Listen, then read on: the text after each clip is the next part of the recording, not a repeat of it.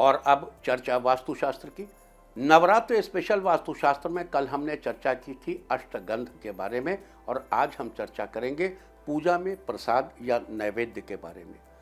किसी भी पूजा में देवी देवता को प्रसाद या नैवेद्य अर्पित किया जाता है, लेकिन उस प्रसाद को देवी देवता को चढ़ाए जाने के बाद क्या करना चाहिए और साथ ही किस बर्तन में प्रसाद चढ़ाना चाहिए, ये एक महत्वपूर्ण सवाल है। हम पहले भी इस सवाल का जवाब, इन प्रश्नों के बारे में आपसे चर्चा कर चुके हैं और बार बार दोहराता हूं ताकि आपका कंसेप्ट इस सिलसिले में बिल्कुल साफ सुथरा रहे और आप चीज़ों को एज इट इज समझ लें जो शास्त्र बताते हैं।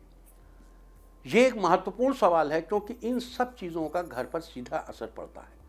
तो बता दूं कि नैवेद्य को धातु, नैवेद्य माने जो आप खाने की चीज भगवान को निवेदन कर रहे हैं उसे नैवेद्य कहते हैं। प्रसाद,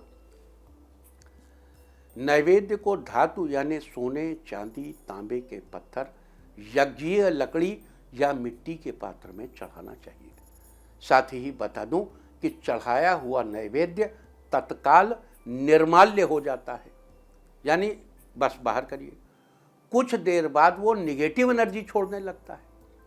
अतः देवता को समर्पित करके प्रसाद को तुरंत उठा लेना चाहिए।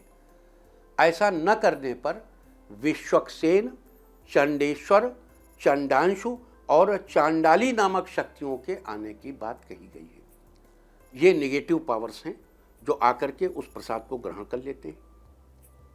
उठाने के बाद उस प्रसाद को खुद खाना चाहिए। अगर आपने देर तक नहीं उठाया तो नेगेटिव पावर्स आ जाएंगी। उठाने के बाद उस प्रसाद को खुद खाना चाहिए और यथासंभव बांटना भी चाहिए। वास्तुशास्त्र में थी चर्चा पूजा में प्रसाद या नैवेद्य के बारे में। अब इसके थोड़ा वैज्ञानिक पहलू पर भी विचार कर लेते हैं।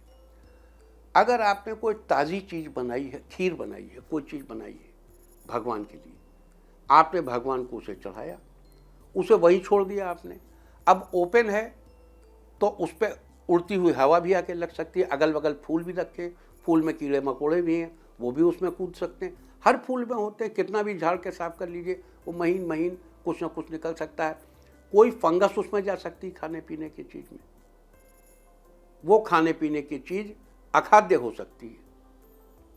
तो इसलिए कोई बैक्टीरिया, कोई फंगस, कोई बाहरी चीज़ डेवलप ना कर पाए, इसलिए भगवान को आपने भोग लगाया और उसके बाद हटा दिया उसको, और हटा करके स्वयं भी खा लिया और लोगों को भी दे दिया।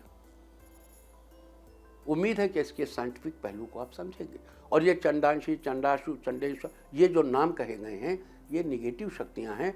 आज आप जिनको कहते हैं कि ये वायरस आ जाएगा, वो बैक्टीरिया आ जाएगा, ये आ जाएगा, वो वैसे ही ये नाम भी है। तो इनसे कोई घबराना नहीं चाहिए कि चांडाली कह दिया तो कोई बड़ी भारी बात, ऐसा नहीं। They are all negative powers. उम्मीद है कि आप भी इस वास्तु टिप को अपनाकर जरूर फायदा उठाएंगे।